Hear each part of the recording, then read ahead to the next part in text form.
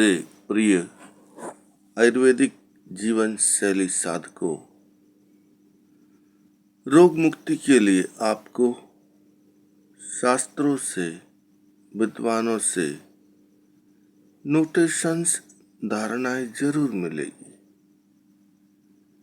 लेकिन महत्वपूर्ण यह है कि आपने जो धारणाएं पहले से पकड़ रखी है, जो आपके आनुवंशिकता में आई हुई है, उन्हें छोड़ना पड़ेगा।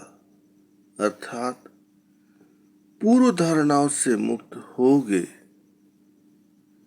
पूर्ण मुक्त होगे।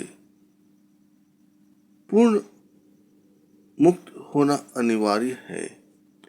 पूर्व धारणाओं से स्वतंत्र होगे, तब तो कुछ नया पकड़ पाओगे।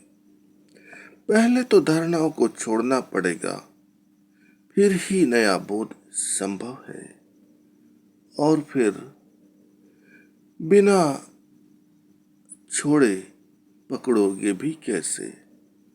और जब पहले से ही बहुत सी धारणाओं को पकड़ रखा है, तो नई धारणा भी कैसे पकड़ आएगी? इसीलिए आयुर्वेद जीवन शैली साधना में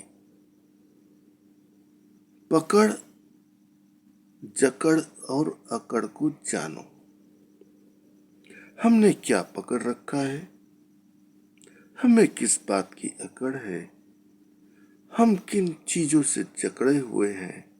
यदि इसका बोध हो जाए, तो रोगों की जड़ कटना शुरू हो सकती है। थोड़ा सोचो तो, रोग की 3 जड़ें हैं। पहली पकड़, दूसरी अकड़ और तीसरी जकड़। गहराई से, सहजता से, सरलता से इन तीनों को देखो और देखते रहो, और स्वयं पर हंसते रहो कि हमने क्या पकड़ा है, हमने कैसे जकड़ा है, हमने कैसे अकड़ा है। और इन तीनों को देखकर, जानकर स्वयं पर हंसते रहो। तभी परिवर्तन बोध का उत्कम और मुक्ति का मार्ग शुरू हो सकता है। साधकों, रोग मुक्ति के लिए औषधि आवश्यक है। रोग मुक्ति के लिए ध्यान आवश्यक है। रोग मुक्ति के लिए सद आचरण आवश्यक है। रोग मुक्ति के लिए अच्छी आदतों का योगदान महत्वपूर्ण है। केवल औषधि से रोग ठीक होगा क्या, इस पर विचार करें।